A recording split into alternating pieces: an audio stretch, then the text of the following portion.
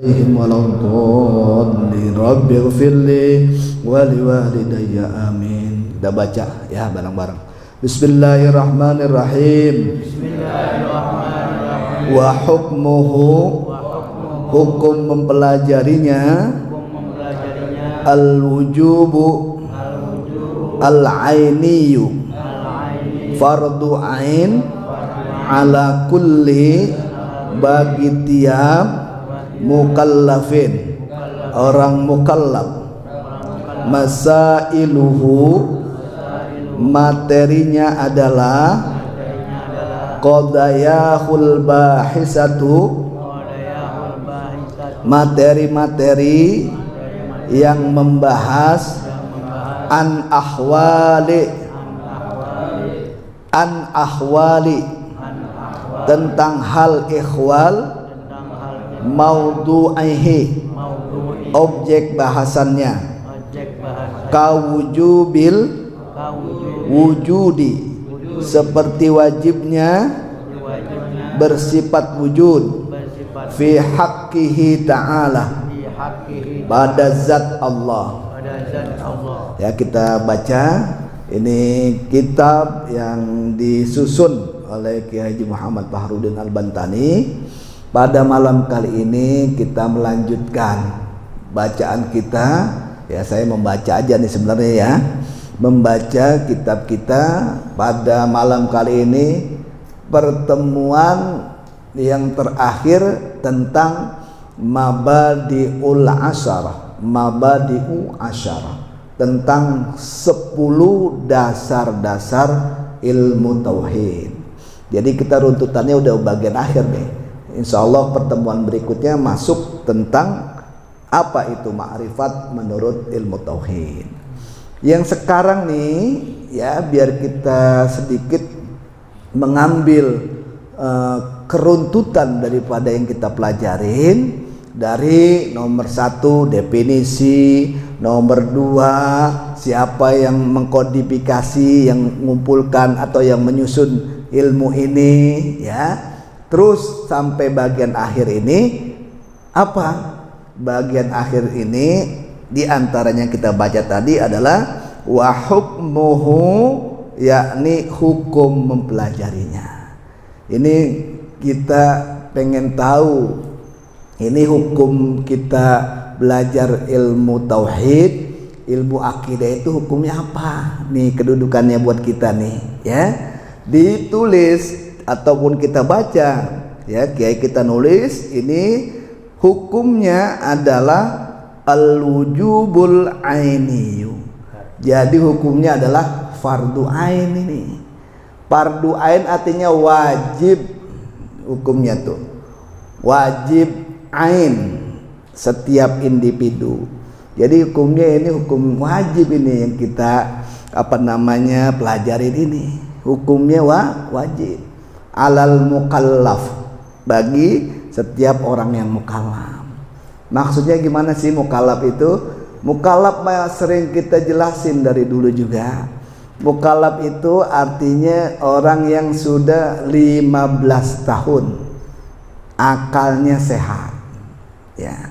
Jadi kalau posisi kita umurnya udah 15 tahun ya, kira-kira kita udah 15 tahun apa belum ini ya? Udah lewat. Udah 15 tahun ya, akalnya sehat, artinya enggak tawa-tawa sendiri ya, enggak beda dah. Kalau yang akalnya enggak ada kan beda, kita bisa lihat. Ini hukumnya adalah wajib mempelajari ilmu tauhid ini. Jadi jatuhnya kategorinya kalau yang enggak mempelajari ini ya hukumnya berdosa, itu masalahnya. Adapun tempat ngaji atau yang ngajarinnya siapa ya, itu mah di mana baik, ataupun yang ngajarinnya siapa ya siapa baik. Atau gurunya berganti ya tetap yang ngaji ini mah harus terus, sebab hukumnya adalah fardu ain, wajib bagi setiap muslim umurnya 15 tahun ke atas. Enggak tawa-tawa sendiri, artinya akalnya sehat, itu wajib secara ijmali, secara global. Adapun secara tafsili, artinya dia ngerti dalil Al-Quran, Al-Hadis untuk membantah pikiran-pikiran yang mengkritik Islam, itu mah fardul kifayah, itu mah hukumnya. Tapi belajar yang namanya yang kita ajari ini hukumnya wajib masalahnya, ya, hukumnya wajib, ya. Bahkan Imam Al-Ghazali dalam kitabnya tuh, ya, Al-Iqtisad fil I'tiqad, ditulis bagian depannya tuh, la tasihhul ibadah illa ba'da ma'rifatil ma'bud. Tidak jadi, tidak sah itu ibadah kalau enggak tahu yang disembah itu siapa. Nah, enggak jadi ibadahnya.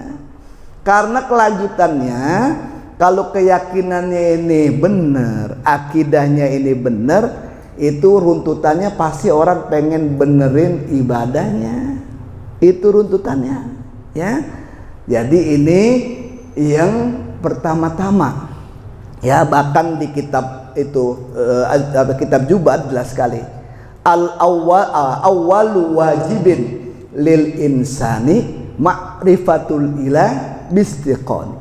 Hal-hal yang pertama yang mula-mula yaitu diwajibkan bagi setiap manusia adalah ma'rifatul ilah, mengenal Tuhan, mengenal Allah dengan seyakin-yakinnya.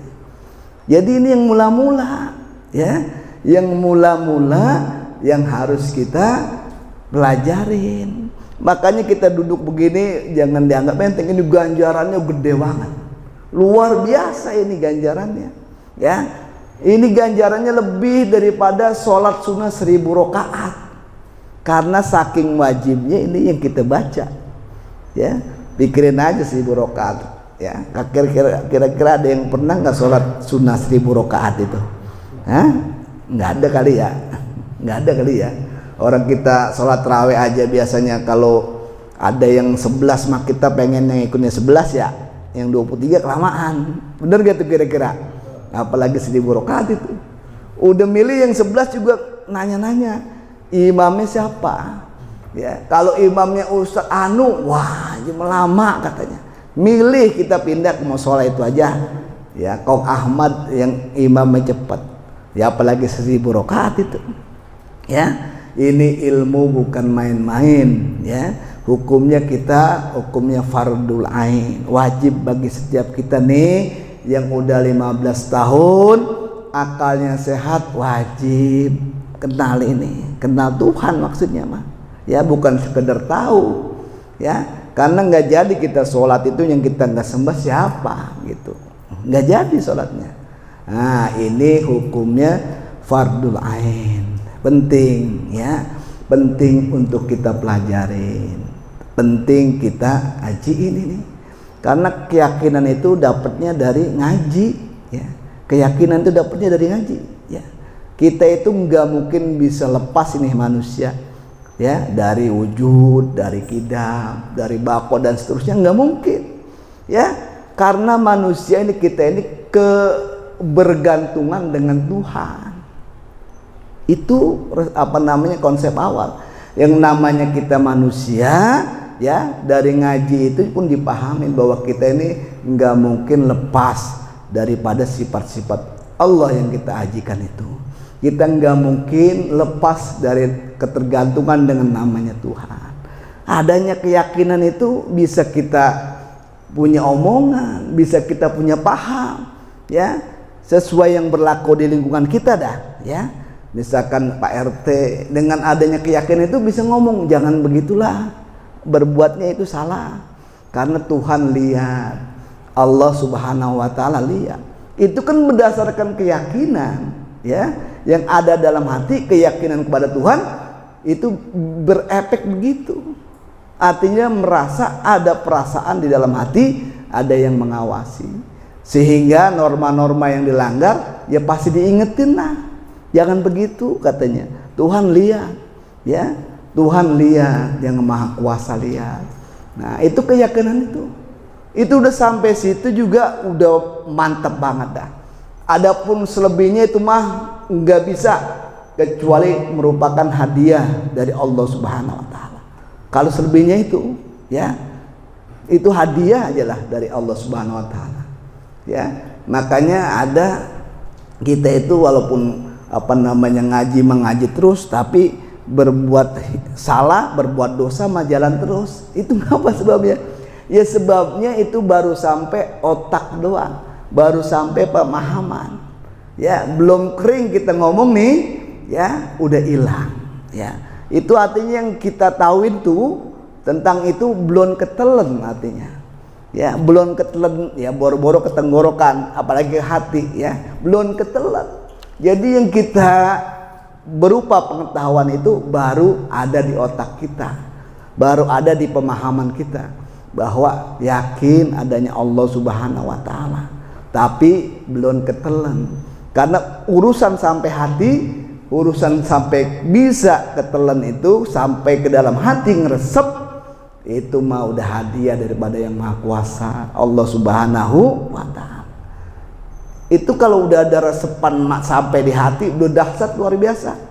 Ya, itu yang bikin badan kita itu bisa lemes, ngikut kita sholat, mau di musola atau di masjid, 5 waktu kita kerjakan, itu buah daripada keyakinan yang kita ketahui tentang yang Maha Kuasa. Jadi mau nggak mau, sadar nggak sadar, kita ya dituntun aja bisa mau sholat. Karena ibadah yang paling utama itu sholat fardu. Ya, sholat fardu habis itu aja, udah ada sholat fardu udah dikerjain, pengen yang lain, melaksanakan ibadah sunnah, ibadah-ibadah yang lain. Itu karena ada rasa tuh, ada rasa dalam hati kita. Ya, dilengkapin, bisa sholat duha, bisa sholat qobliyah ba'diyah, ya, bisa sholat hari Rabu besok ada sholat hajat namanya tuh, Rabu Wakasan itu ada sholat hajat, biar yang kuasa hindari daripada wabah, daripada bala untuk kita dan keluarga. Itu diajarin tuh. Mulainya kapan? 6:30 dah, udah waktu isyraq tuh. Sholat sunnah 4 rakaat. Rakaat pertama baca Fatihah, habis baca Fatihah baca surat pendek Inna A'thaina 17 kali. Bangun lagi, ya, rakaat kedua baca Fatihah, baca surat Al-Ikhlas Qul huwallah 5 kali. Enggak pakai tahiyat awal, enggak, bangun lagi 3 rakaat ketiga baca Fatihah, baca surat Qul a'udzu birabbil falaq. Rakaat keempat baca Fatihah, baca surat An-Nas, salam. Mohon nama Allah yang kuasa, ya, agar bala ini banyak diturunkan tuh di akhir bulan Safar, namanya Rabu Pungkasan kalau di Jawa ya, atau Rabu Wakasan. Itu diantaranya ada kemauan untuk itu, berarti udah ada rasa dan keyakinan. Ya, tinggal kita aja harus menyempurnakan, ya, daripada sholat-sholat yang dijalankan itu. Ya, sholatnya di masjid lah, kalau nggak di musola. Nggak mungkin kita pakai pakaian yang kurang rapi kalau di masjid dan di musola ya. Beda dengan di rumah, apa aja jadi sembahyang tuh. Karena di rumah, ya kan, ya bagusnya sholat di masjid ataupun di musola. Ya, ya yang bagus lah, yang terbaik. Ya, ya contoh lah, kita sembarangan kondangan aja kita. Kondangan kalau sembarangan pakaiannya gitu ya. Artinya pakaian itu pakaian yang sehari-hari asal jalan aja. Nama ada bolong lagi di sini ya, di bagian ketek itu bolong. Ya namanya kondangan, dibilang deket kan, deket rumah, ya kondangan aja. Ya, boro-boro pakai tutup kepala atau apa kagak.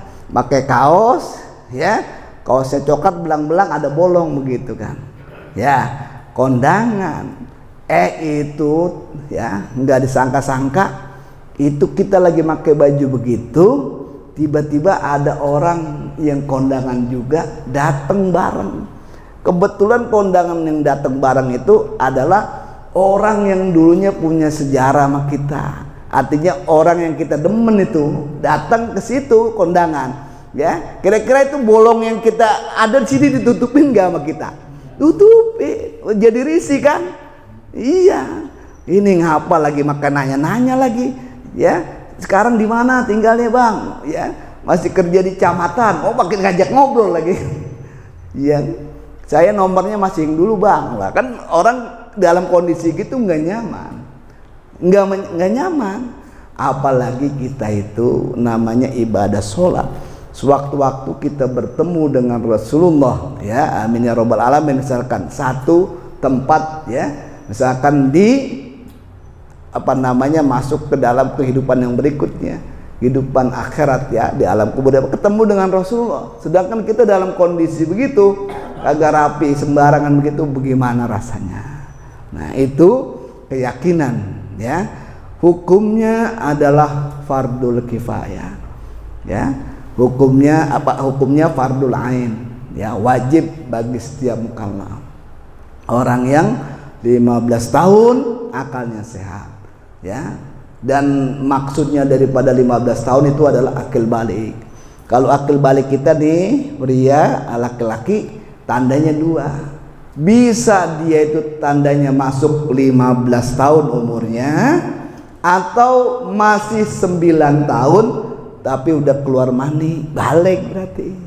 10 tahun keluar mani, balik, walaupun belum 15 tahun.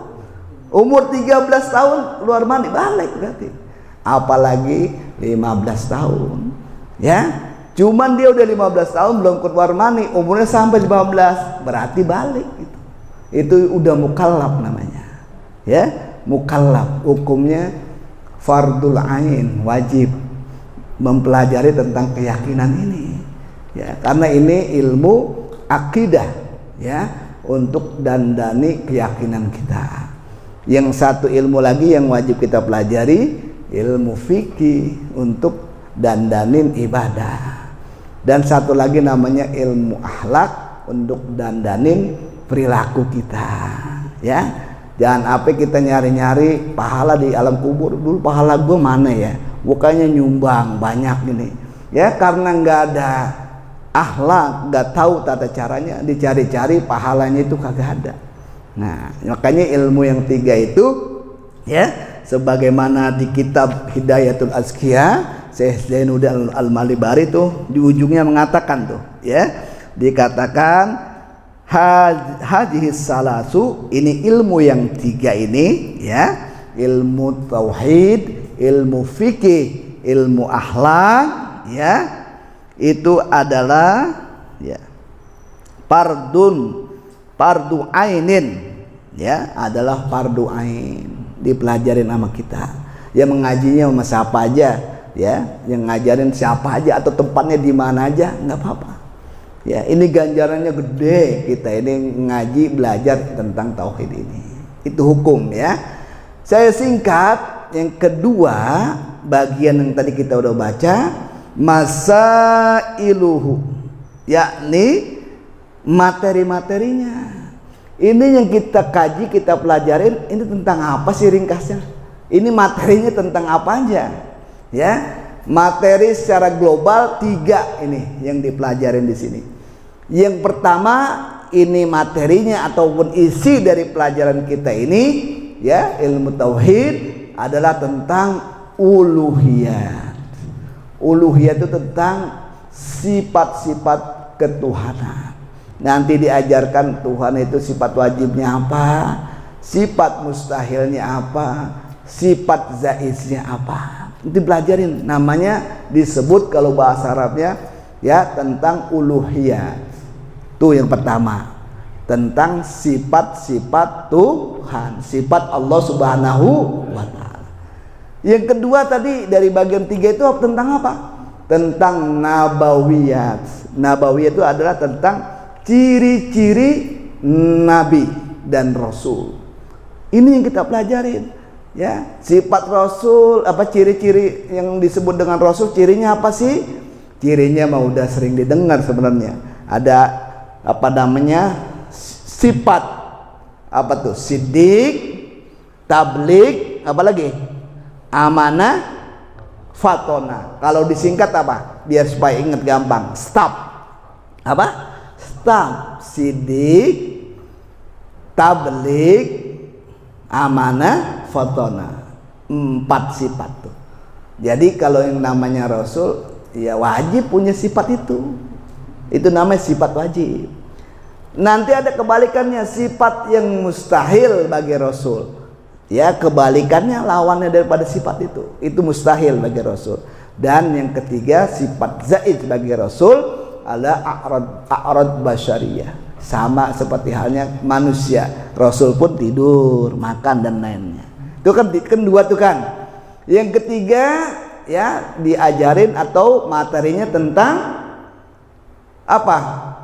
Tentang sam'iyah. Sam'iyat itu ringkasnya didengar tapi tidak dilihat. Apa itu? Itu dalilnya mah dari Al-Quran Al-Hadis tentang malaikat. Ya, malaikat didengar ada nggak? Ada, raqib atid, cuman nggak kelihatan. Tentang apa lagi? Tentang alam kubur, tentang sirat, ya, tentang apa namanya timbangan, tentang surga, tentang neraka. Itu kan didengar tapi enggak dilihat. Nama bahasa Arabnya apa? Sam'iyat. Itu didengar dari Al-Quran, dari Al-Hadis.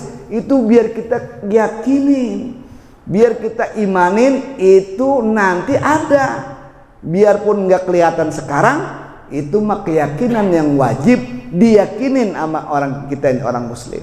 Itu namanya sam'iyat. Ya, didengar tapi enggak dilihat. Tapi diyakinin harus ada, yakin. Ya, bahkan diceritakan tuh orang itu masuk ke alam kubur, ya, dalam satu kitab dijelasin. Ya, dibangkitkan, dihidupkan kembali apa yang kuasa. Ada keterangan hidup sampai kaki seperti biasa kayak gini. Tapi perkataan yang masyhur dibangkitkan, dihidupkan kembali sampai bagian perut ini. Itu mau ditanya masalahnya. Makanya lubang landak itu diatur. Kalau pengen tahu ya harus di ngajiin dulu. Lubang landak itu bukan pinggirnya dicocok begitu. Nanti kalau begitu orang bangunnya susah, kan mau ditanya. Nah itu perlu kajian khusus nanti babnya sampai di situ. Tentang tata cara dari awal itu mah diajarin. Dari awal orang baru ketahuan meninggal itu udah ada tata caranya. Tata caranya yang paling masyhur dah. Orang itu baru meninggal, jangan diumumin di speaker dulu buru-buru, jangan. Caranya yang diajarkan adalah itu orang dirapiin dulu. Kalau ada kotoran dibersihin dulu. Ada yang tempatnya nggak nyaman, bau, dibersihin dulu. Pakaiannya dirapiin dulu, dibukain, dihadapkan kepada kiblat. Kira-kira udah posisinya nyaman, bersih, orang datang juga enak, baru diumumin lah. Jangan orang masih dalam keadaan ini, ya kan orang nggak enak. Dari adabnya juga nutup mulut dan lain-lain. Nah itu diajarin. Itu dari demikian sampai ujungnya pemakaman ya ada tata caranya di bab fikih, bab jenazah. Ya, biar kita paham. Ya kalau nggak dipelajarin nanti repot. Ya, biar rahmat yang didapat daripada si mayit besar. Itu ada tata caranya. Itu sam'iyat itu nomor 3 isi yang kita dipelajarin di sini. Ya, itu berlaku dari Nabi Adam sampai Rasulullah, Nabi kita Muhammad. Itu ciri-ciri agama samawi yang ada Rasulnya. Itu yang diajarin sama kayak gini. Ya, sama kayak gini. Ya, diajarin sama kita. Cuman sebelum Nabi Muhammad, dari Nabi Adam terus ya dijabur di kitab Injil, ditambah lagi satu materi tentang akidah ini. Apa? Mereka isi dari materi akidahnya adalah busra wa alamati nabi akhir zaman. Dia diajarkan wajib bagi mereka adalah tentang kabar baik bahwa ada ya Rasul namanya Nabi Muhammad sebagai nabi akhir zaman. Ya, itu ditulis di kitab-kitab mereka. Di kitab Zabur jelas ditulis. Di kitab Injil bahkan ya Ada kalau Injil Perjanjian Lama tuh, ya, yang kita bab imamat, ya, surat Musa pasal 10 ayat 10 ditulis itu. Kalau Injil Perjanjian Lama bahwa nanti disebut namanya Muhammad, dikenal di langit namanya Ahmad, ditulis. Makanya kalau orang yang Yahudi ataupun Nasrani pada saat itu dia memang ngerti dan belajar tentang kitab sucinya, nggak lama-lama langsung syahadat dengan baginda Rasul. Contohnya pendeta itu ada pendeta Bukhairah tuh kan sering diceritain tuh, tahu detil di kitab mereka diceritakan namanya Muhammad, alisnya bentuknya bentuk nun. Kalau kita kan nggak jelas itu apa namanya alisnya. Baginda Rasul dijelasin detil biar nggak salah, ya, itu dia diajarkan ataupun ditulis, ya, di dalam kitab-kitab mereka. Ya, itu karena banyak percampuran daripada perubahan daripada manusia, itu nggak ada sekali hilangin itu. Nah, itu materinya yang kita pelajarin, yang ilmu yang wajib ini yang tadi tuh yang hukumnya itu diantaranya materi-materi yang bakal dipelajari sama kita nih. Belum sampai, ini kan baru mabadi wasaro, baru 10 dasar ilmu tauhid, baru pembukaannya, belum sampai yang kita pelajarin. Ini baru diurai dari hukum ngajinya, hukum belajarnya tadi. Nggak boleh kita itu ibaratnya nggak belajar, ini masalahnya, ya. Kemudian materi-materi dijelasin, ya. Kalau di sini dicontohin itu diantaranya sebagai sampel deh, ya, contoh. Nanti dibahas bahwa yang namanya yang Maha Kuasa itu adalah sifatnya kidam. Kidam itu bahasa Indonesia terdahulu, ya. Yang namanya Allah Subhanahu wa taala, Tuhan yang Maha Kuasa, sifatnya kidam, ya. Dari dulu udah ada, sampai sekarang ada, sampai nanti tetap ada. Itu namanya kidam, kekal.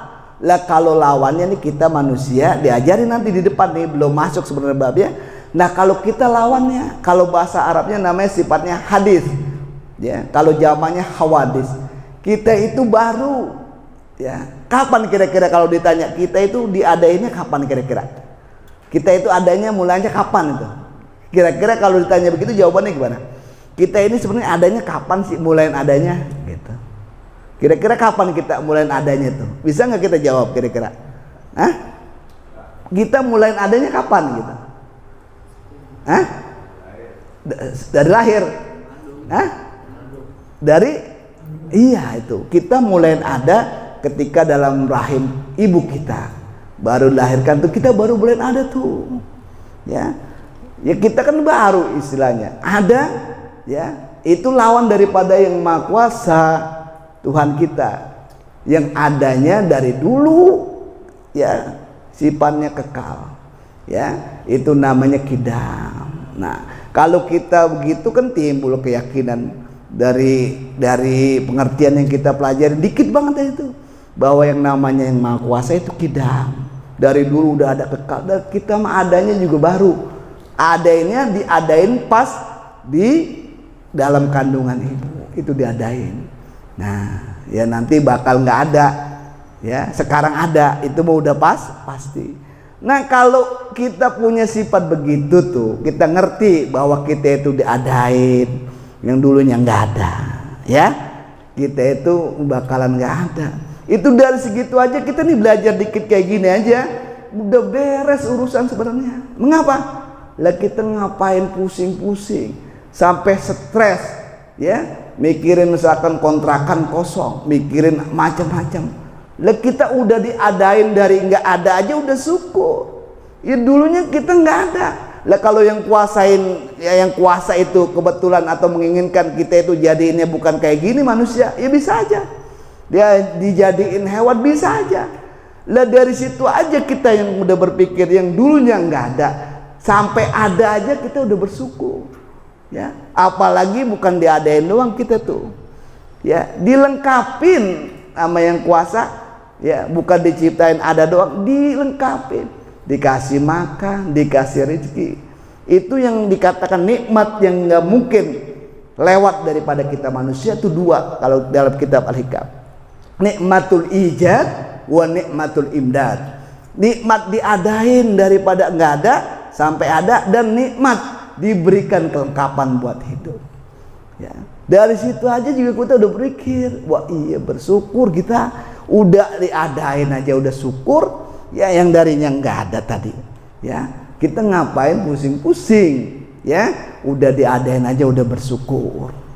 Ya sudah bersyukur sama Allah Subhanahu Wa Taala. Enggak begitu pusing-pusing. Ya namanya hidup kadang-kadang relatif lah. Ya kalau dia berpikir mah namanya orang hidup ya relatif, ukurannya beda-beda. Ya ada yang rumahnya udah gede banget juga, ibaratnya merasa sempit aja ada nggak? Ada. Yang tiap bulan tiap minggu nggak ada di rumah, adanya di Singapura, adanya di Puncak. Kalau ditanya ngapa, saya sumpah di rumah pusing. Udah rumahnya 5.000 meter jadi rumah semua. Ya, ada yang biasa aja rumahnya bahkan petakan tapi tidur nyenyak, tapi enak hidupnya, kebagian semuanya, kebagian ibadah, sholat juga kebagian. Dan tadi yang banyak banget sampai sholat aja nggak keburu. Ya, ada nggak kira-kira begitu? Ada. Itu ukurannya apa? Ukurannya lagi-lagi pemahaman yang diajarkan di sini. Ya, kita udah bersyukur ini dari nggak ada jadi ada, itu aja udah beres sebenarnya urusannya. Ya, itu pemahaman tentang tauhid ini, sifat kita. Ya kalau mau lebih nyata lagi gampang dah. Itu saya tuh kalau lewat di Cempaka ada namanya si Boy. Si Boy itu anjing. Ya, karena saya pernah di Uber lagi jalan lah. Ya, lagi jalan di Uber gitu. Emang agak galak, tapi kalau ada yang punya mah enggak galak itu. Beneran yang punya nggak ada di Uber. Saya kaget itu kan. Si Boy itu, ya, itu warnanya coklat. Itu belum lama dipelihara itu sama majikannya itu.